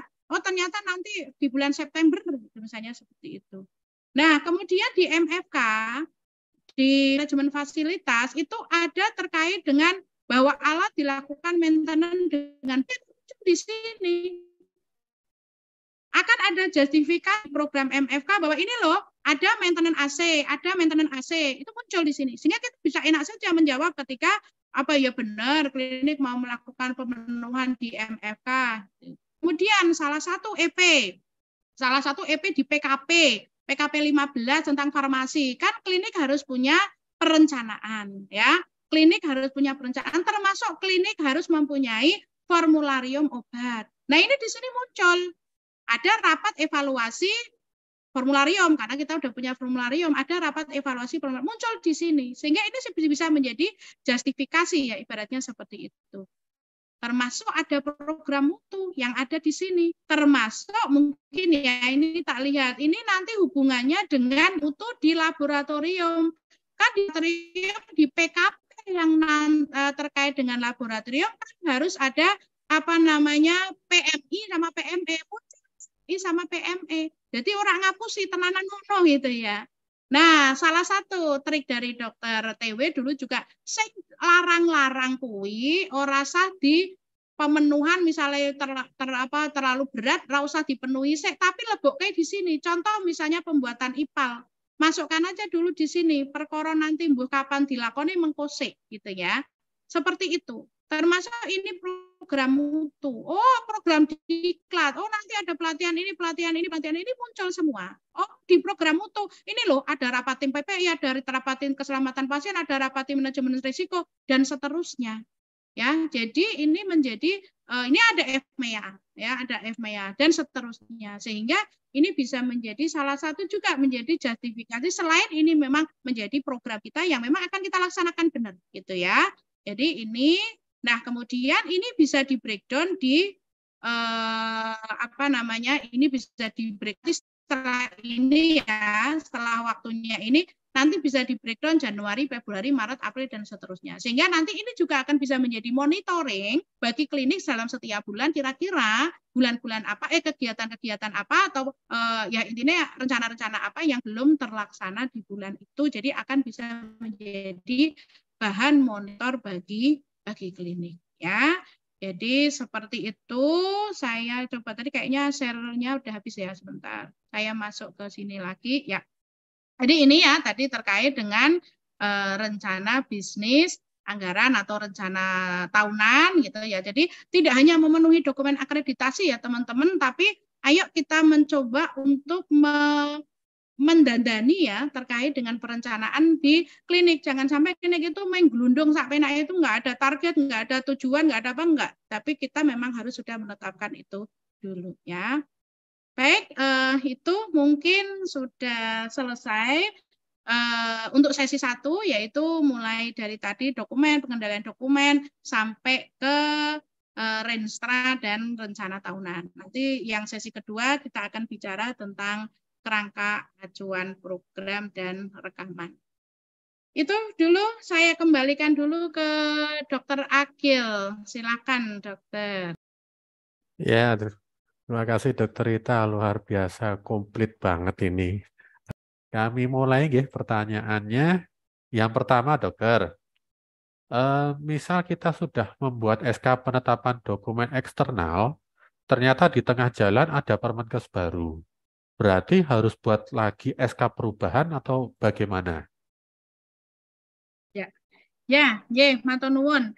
Jadi ini ada 2 model SK ya. Nanti kalau diterangkan oleh Dr. Jenti, jadi SK itu ketetapan di dalam SK itu masuk di SK. Jadi misalnya contoh, SK tentang penetapan tim mutu misalnya, atau yang jangan banyak lah, SK tentang penetapan petugas ya, petugas screening misalnya. Nah, nama petugasnya itu masuk di SK. Nomor 1, penetapan petugas screening. Kedua, menetapkan nama bagus siapa-siapa sebagai petugas screening. Ketiga, kepadanya diberikan tugas tanggung jawabnya bla bla bla bla, itu masuk di SK itu bisa.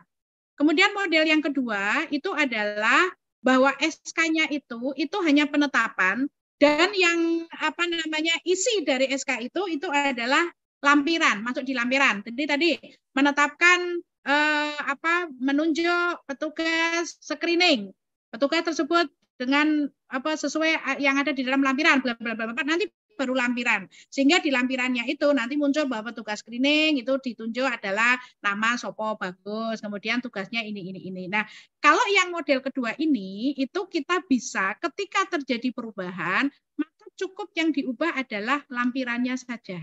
Ya, maka cukup yang dirubah adalah lampirannya saja. Ya, jadi tidak perlu harus merubah SK-nya, ya, tidak perlu harus merubah SK-nya. Ya. Nah, bagaimana dengan lampiran yang tadinya? Lampiran yang tadinya tetap kita arsip sebagai sudah istilahnya sudah dikadaluarskakan karena sudah tidak berlaku. Jadi itu enaknya. Jadi ketika misalnya terjadi ada tambahan regulasi lagi, ya silakan, berarti bisa dimakan di situ, ditambahkan, itu nggak apa-apa. Nah, kalau misalnya secara ya kita bukan satu institusi resmi yang banget nggih. Jadi sudahlah kalau misalnya ada regulasi tambah ya penake ya udah tambahkan aja di SK SIPK gitu. Misalnya seperti itu ya. Jadi saya kira enggak masalah kalau SK-nya itu saya cenderung itu masuk di lampiran. Jadi kita akan mudah ketika terjadi perubahan. Ya, itu mungkin Pak Akil.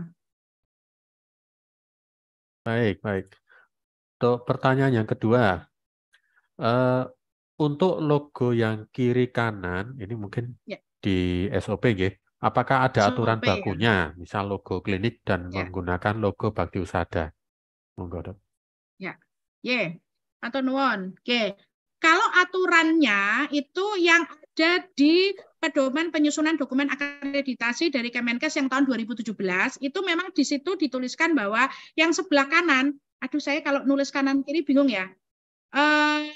Kalau itu pasien berarti sebelah kiri, kirinya kalau itu pasien, kalau kertas itu pasien, itu berarti dia sebelah kiri. Kalau kita lihat berarti sebelah kanan.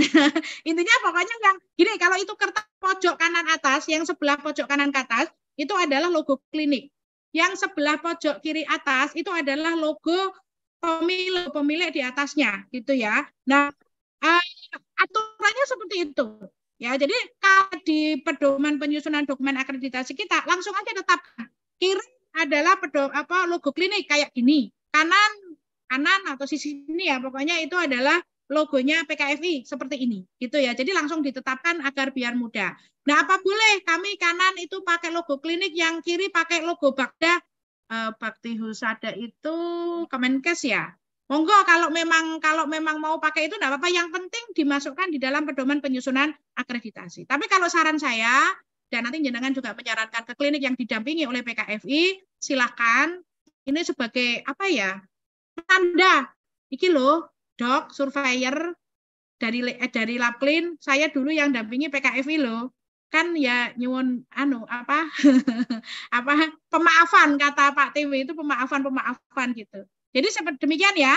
Yang jelas di pedoman ada di Kemenkes, tapi kita silakan bisa menetapkan sendiri. Ya, monggo. Baik. Kemudian ini sekalian terkait pertanyaan yang hampir mirip, Dokter Rita. Kalau misalnya ada karyawan sudah di SK-kan tadi ya, kemudian di tengah jalan karyawan tersebut keluar diganti karyawan baru, apakah juga dibuatkan SK baru mungkin untuk penugasannya atau bagaimana?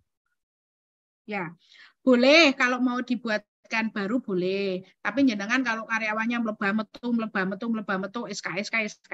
Kalau SK loh ya, SK yang misalnya SK tim mutu. Ternyata dari SK tim mutu itu ada satu tim yang keluar gitu ya, karyawannya keluar. Itu lampirannya silakan diganti. Tapi kalau SK misalnya SK pengangkatan Saudara Anggi sebagai bidan, ketika Anggi keluar dan kemudian diganti oleh Yunita, maka Yunita tetap harus terbit SK baru gitu. Kalau SK-nya itu memang menunjuk person ya, SK pengangkatan, misalnya SK yang menunjuk person itu harus baru. Tapi kalau itu misalnya SK tim kemudian ganti, maka silakan bisa mengganti lampirannya saja, bisa diperbolehkan. Monggo, Dokter. Baik, pertanyaan berikutnya. Untuk pemberlakuan SK dan SOP, apakah boleh tertulisnya misalnya contoh per Januari 2023 tanpa menyebutkan tanggalnya? Oh, begitu. Baik, begini. Teman-teman, di Labklin kemarin sudah sepakat bahwa kita akan cut off dokumen itu per 1 Januari 2023. Jadi misalnya teman-teman mau memberlakukan semua dokumen per tanggal 1 2023 diperbolehkan. Nah, kemudian kalau pertanyaannya apakah boleh tanpa tanggal? Kalau jenengan tanpa tanggal, nanti jenengan akan kesulitan di dalam penomoran. Contoh, misalnya dalam 1 bulan itu ada produk SOP 30. 1 bulan itu bisa membuat SOP 30.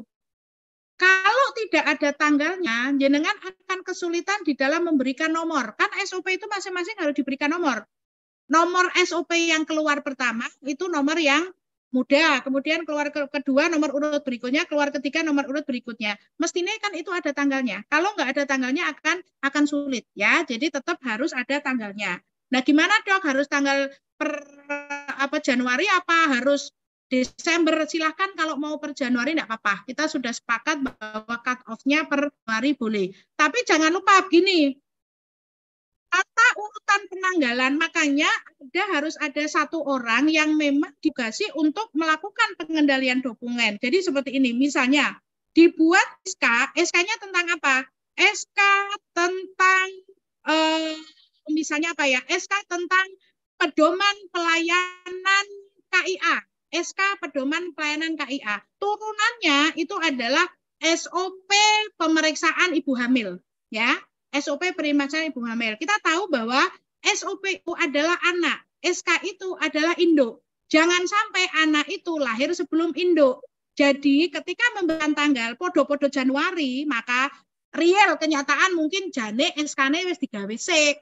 SK-ne, SOP-ne wis digawe sik, tapi SK-ne belum realnya. Tapi di dalam penomorannya maka yang SK-nya itu tanggalnya lebih mudah, lebih duluan daripada SOP. Karena SOP itu dasarnya adalah SK, ya tadi, SK Pedoman Pelayanan KIA. Tapi SOP-nya adalah pemeriksaan ANC. Jadi jangan sampai SOP-nya itu keluar tanggal 5, SK-nya baru keluar tanggal 15. Itu ya kaitan dengan kaidah penomoran. Ngoten, Pak. Nggih. Mungkin yang perlu diperhatikan juga ya Dokter Rita mengenai dokumen pendukungnya ya, seperti notulen pertemuan. Jangan sampai nanti notulen pertemuannya sesudah ya untuk menyusun. Ya betul. Terkait dokumen rekamannya ya. Walaupun SK-nya itu jane ditetapkan, ditandatangani dan dianu itu tanggal Maret, tapi ya jangan sampai lah ini Maret tenan ya nanti uangnya dibuat Maret ya udah ya, jadi disesuaikan monggo. Makanya fungsi dari pengendalian dokumen itu demikian. Jadi ada entah Excel entah buku yang nanti akan urut. Nomornya itu tidak akan kebalik-balik, nanti akan pengendaliannya akan lebih mudah dengan itu. Ini ada yang residen, Dokter. Iya, monggo Dokter Titi ada bertanya langsung, kami persilahkan. Assalamualaikum warahmatullahi wabarakatuh. Dokter Ita. Waalaikumsalam. Kaitan dengan misalkan gini, SK sudah kita buat di Desember akhir. Kita jalan mulai Januari. Tetapi di tengah jalan karyawan kan ada yang keluar misalkan. Nah, tadi kita menyampaikan kan hanya diganti terus dilampirkan saja. Lah, padahal karyawan yang baru masuk itu kan baru masuk di dokumen kepegawaian, dia tanggalnya baru masuk. Sementara SK Desember dia belum ada. Ya, betul. Kecuali pada kasus seperti itu ya Bu ya, kan enggak? Ya, kecuali pada kasus seperti itu enggak bisa. Jadi sebetulnya gini, asli nih, kalau kita mau bicara kaidah tenanan itu begini. Kita membuat SK nih, di bulan Desember. Kita membuat SK di bulan Desember, ternyata SK-nya itu timnya terdiri dari si A, si B, si C. Ya, kemudian di bulan Januari si C keluar. Ya, ini kaidahnya. Kemudian karena si C keluar, maka ada review terhadap SK itu. Berarti SK ini udah nggak bisa dipakai nih karena si C keluar. Ada reviewnya, dan review itu ada uangnya, ada dokumen bahwa kita melakukan review. Di dalam rapat itu, oh ya berarti ini harus diganti dengan SK baru. Maka terbit SK Bu. Terbit SK baru judulnya perubahan pertama atas SK nomor sekian-sekian tentang ini. SK-nya jadi baru, nomornya jadi baru, jenenge SK jadi perubahan pertama dan sebagainya. Itu kaidah yang benar sebetulnya seperti itu. Nah, kemudian ada trik juga seperti ini. Kemarin juga disampaikan oleh Dr. Jenti seperti ini. Contoh misalnya, seperti saya itu sudah melakukan dulu sudah akreditasi gitu ya. Nah, itu semua dokumen akreditasi yang sudah saya buat harus saya review satu-satu. Semua SOP harus saya review satu-satu. Pusing saya, berapa ribu yang harus saya review gitu ya. Nah, kemarin solusinya seperti ini. Jadi, SK yang di bulan Demben gitu ya. Tapi ini kaitannya dengan yang dulu dengan sekarang reakreditasi ya. Itu kan. Nah, SK dulu itu semuanya digebyah ya di tidak berlakukan. Jadi ada penetapan direktur masukan bahwa SK nomor sekian SOP nomor sekian kan dinyatakan tidak berlaku. Kayak rasa direview, ya Allah mumet banget gitu ya. Itu seperti itu diperbolehkan. Jadi KUAP dinyatakan tidak berlaku, kemudian dijadikan sebagai kadaluarsa, kan ditarik kemudian dijadikan kadaluarsa, kemudian kita membuat SK baru, SOP baru, opo-opo baru. Walaupun mungkin secara sovel sing demben wis ana kare diganti sithik-sithik. Tekniknya seperti itu. Bisa dipahami ya, Bu Titi ya? Berarti gini dokter, kalau untuk kasus yang tadi itu berarti mending perubahan Kan karena pelaksanaannya sudah dari Januari tanggal 1 kita sudah melaksanakan. Kalau SK baru dengan karyawan yang tim yang baru, otomatis kan ini tidak berguna tuh yang dari Januari yang sudah kita laksanakan. Berarti penyelesaiannya perubahan, terus itu dilampirkan sehingga yang dari Januari bisa tetap terpakai gitu ya, Dokter Ita? Iya, betul itu. Soalnya kan misalnya tim INM ya, Dok. Tim INM sudah bekerja di bulan Januari, kan orang itu serta-merta langsung ganti. Gitu kan? Ya. Berarti yang misalkan kayak SPI, kebetulan ada tim SPI itu yang putranya sakit kronis yang dia memang harus keluar. Nah, berarti tetap perubahan, tetapi yang PPI yang dari Januari itu tetap diakui. Iya, tetap diakui. Enggak. Sampun, Dokter Titi. Sampun, Sampun, Dok. Mungkin ya Dokter Rita yang perlu jadi kunci berikutnya adalah kapan dilakukan review dokumen Saya kira kalau misalnya belum dilakukan review ya belum perlu diganti dokumennya ngaten Ya, betul. Jadi kalau belum review, kalau SOP itu ada tetapannya di dalam pedoman penyusunan dokumen akreditasi, di situ muncul, Dok. SOP dilakukan review maksimal 2 tahun. Berarti setiap 2 tahun SOP itu muncul. Nah, kenapa yang seperti kasus saya itu semuanya di-off-kan? Itu kemarin dari diskusi ya, ada dengan Dokter Jenti juga. Kenapa itu di-off-kan? Karena begini. Satu, konsiderannya itu sudah kadaluarsa juga, sudah kita di dalam SK itu kan ada konsideran ya, berdasarkan misalnya Permenkes nomor sekian berdasarkan Permenkes nomor Permenkes iki wis kadaluarsa kabeh, Permenkesnya itu udah ganti semua gitu kan. Jadi kan akhirnya kan juga kita harus melakukan review gitu. Jadi kalau misalnya SK itu masih berlaku, belum dilakukan review dan masih sesuai, nggak perlu diubah. Nggak perlu dirubah. Jadi contoh misalnya, kita dulu sudah pernah membuat SK terkait dengan visi misi tahun 2018 misalnya. Kita sudah membuat SK visi misi. Oh ternyata masih sama. Ya sudah, nggak usah diganti. Karena masih sama, nggak usah diganti. Tapi kalau ternyata berubah, silakan diganti. Contoh berubahnya apa? Kalau dulu SK visi misi yang dulu itu dulu tidak ada tujuan. Jadi visi misi falsafah moto klinik. Kalau yang sekarang itu harus ada tujuan. Makanya kan kita harus menambahkan tujuan sehingga kita harus melakukan review dan kemudian membuat SK baru judulnya perubahan pertama atas SK nomor sekian. Struktur organisasi. Struktur organisasi itu mobil sekali. Karyawan keluar ganti gitu ya. Ngeten Pak Akil. Dokter Rita. Baik, satu lagi penanya yang raise hand, monggo Dr. Wahidin, silakan di-unmute. Terima kasih, Dr. Akil. Izin bertanya, Dr. Rita. Ini misalnya kami kalau tadi lihat kok yang ribet banget ya Bu untuk penomoran ya. Kalau misalnya dipermudah untuk SK kami berlakukan per 2 Januari, untuk SOP per 10 Januari, boleh enggak? Semuanya. Jadi semuanya boleh saja Dok. Jadi tapi yang dikak gitu kan semua juga boleh. Tapi perlu diingat begini, nuwun sewu ya Dok.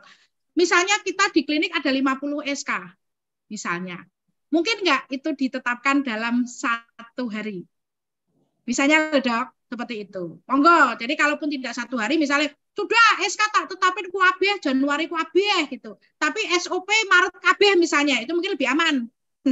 Kan nggak mungkin ada SOP mendahului SK atau berarti kalau seperti itu boleh nggak, silahkan monggo, itu trik saja. Cuman yang penting itu tetap harus ada pencatatannya, jadi ada kendalinya Dok ya, baik dalam Excel maupun dalam buku, silahkan boleh. Jadi klinik mau memberlakukan seperti apa itu silahkan. Neng jangan satu tanggal ya Dok, kok ketoknya kok banget nih, ketok banget nek KB 1 tanggal itu benar-benar enggak sih gitu ya. Jadi paling enggak ya berapalah gitu. Ngerti ya Dok? Oke, terima kasih. Baik. Ini ada beberapa pertanyaan chat lagi ya, Dokter Rita, sedikit lagi kita sampaikan, belum masuk materi berikutnya. Baik, Izin bertanya dok, untuk pedoman atau panduan sebagai pengesahannya, apakah harus dengan SK pimpinan atau cukup dengan lembar pengesahan oleh pimpinan klinik? Monggo dok. Ya, jadi betul. Ketika kita membuat panduan, ketika kita membuat pedoman, itu kan perlu pengesahan. Ya, nah pengesahannya itu akan lebih kuat ketika itu di SK-kan. Jadi pemberlakuannya itu lebih kuat daripada tadi apa? SE, penetapan. Apa dok tadi? Daripada penetapan. Saya nggak lihat anunya soalnya. Penetapannya, apakah harus di SK-kan atau cukup lembar pengesahan? Nah ya, lembar pengesahan di lembar pengesahannya itu ya, jadi disahkan gitu ya. Ya, monggo. Jadi itu tergantung di klinik juga. Klinik akan memberlakukan seperti apa. Kita itu kalau klinik itu enak banget kok. Artinya kita mau ngapa-ngapain sebenarnya itu ya. Ngapa-ngapain itu terserah kita. Kalau memang di klinik itu di dalam pedoman penyusunan dokumen akreditasi klinik itu di situ bahwa dimunculkan bahwa pedoman itu hanya dengan pengesahan saja, silahkan ya, kita tidak akan menyalahkan. Hanya saya mengatur bahwa akan lebih kuat, akan lebih mengikat ke semua sivitas klinikaria ya. Saya mengistilahkan sivitas klinikaria itu kalau dengan menggunakan SK, penetapannya atau pengesahannya, pemberlakuannya itu dengan menggunakan SK, dan itu juga yang saya lakukan di klinik. Mungkin itu dok. Satu lagi Dokter Ita, mungkin pertanyaan terakhir supaya kita bisa lanjut ke materi berikutnya. Ya. Untuk pembuatan SK, untuk setiap SK yang dibuat itu apakah harus dirapatkan terlebih dahulu dok? Atau boleh tanpa rapat tapi pimpinan langsung membuat SK? Monggo. Ya. Jadi begini ya, ketika panjenengan membuat SK itu kan tidak hanya ketetapan kepala pimpinan klinik saja, tetap ada pertemuan atau tetap ada pembicaraan hatta itu apa? Walaupun hanya 2 orang ya, walaupun hanya 2 orang. Misalnya contoh, mau membuat penetapan tentang struktur organisasi, enggak usah banyak-banyak, enggak usah pakai rapat yang sahuha gitu. Saya kalau struktur organisasi saya cukup bicara dengan misalnya kepala TU gitu, atau misalnya manajer pelayanan saja, cuma 2 orang boleh, enggak apa-apa. Artinya bukan rapat itu dalam artian bukan harus terus rapat yang semua itu enggak. Jadi ketika ngobrol ataupun menetapkan diskusi dengan 2 orang itu silakan dibuat dokumen rekaman historisnya. Jadi ada uangnya. Jadi ada, laduk undangannya gimana? Masuk kepada yang terhormat Anggi untuk hadir wong-wong siji tok. Undangan tidak harus undangan resmi seperti itu, asal diberlakukan di pedoman penyusunan dokumen ya, bahwa undangan bisa saja berupa WA. Ya, bisa saja berupa WA. Jadi undangannya WA itu silakan screenshot, itu bisa menjadi undangan, gitu ya. Kemudian misalnya undangan, kemudian absensi. Ada nggak absensi? Absensi wong loro ya enggak apa-apa kan? Kita buat sudah ada itu di absensi, ada presensinya sudah ada. Kemudian notulennya. Nah, yang penting adalah notulen. Karena di notulen itu tetap harus di notulen. Di pertemuan itu harus di notulen. Dan ini welengnya ya, bahwa ketika kita buat notulen, itu tolong ada dinamikanya. Jadi misalnya, kan ke notulen itu misalnya rapat topiknya ini, tanggalnya ini, yang hadir ini gitu ya, agendanya ini, di situ ada dinamikanya. Misalnya gini, Anggi pimpinan rapat menyampaikan draft terkait dengan struktur organisasi gitu misalnya. Yang kedua, peserta rapat ya Mbak Anggi menyampaikan usul bahwa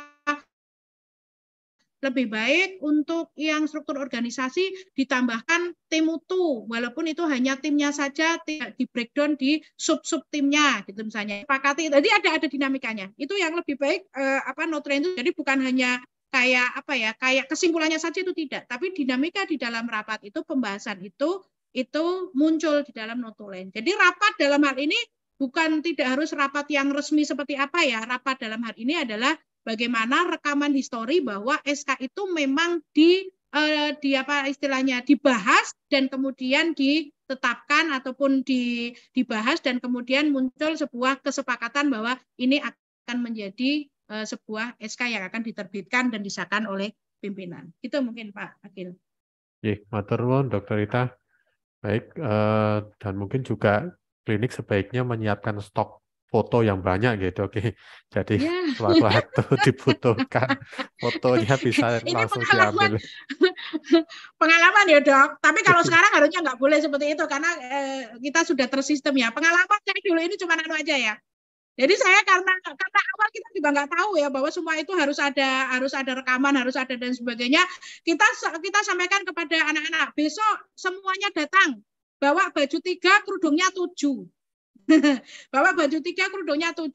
Nanti pertama foto pakai baju merah, yang kedua kerudungnya hijau, yang kedua baju merah, kerudungnya merah, yang ketiga itu nggo gawe stok. Stok apa? Stok rekaman. Dan gini teman-teman, boleh seperti itu silakan, tapi begini, yang perlu kita anukan adalah begini. Ketika jenengan foto, misalnya foto ya kayak gitulah, foto senggawe kongono itu, tolong HP-nya jangan disetting tanggal. HP-nya jangan disetting tanggal. Ya, contoh misalnya HP-nya disetting tanggal ini, sementara itu akan kita pakai untuk pemenuhan pembuatan SK yang bulan Januari, nanti kan nggak close. Jangan setting tanggal ya, ini hati-hati. Karena ini juga pernah kejadian terkait dengan SPJ di institusi atau di OPD di institusi. Gue gawe SPJ, bakne tanggalnya beda dengan tanggal SPJ. Ya, hati-hati, itu ada pengalaman seperti itu. Ya, monggo Pak Agil. Oke, matur nuwun.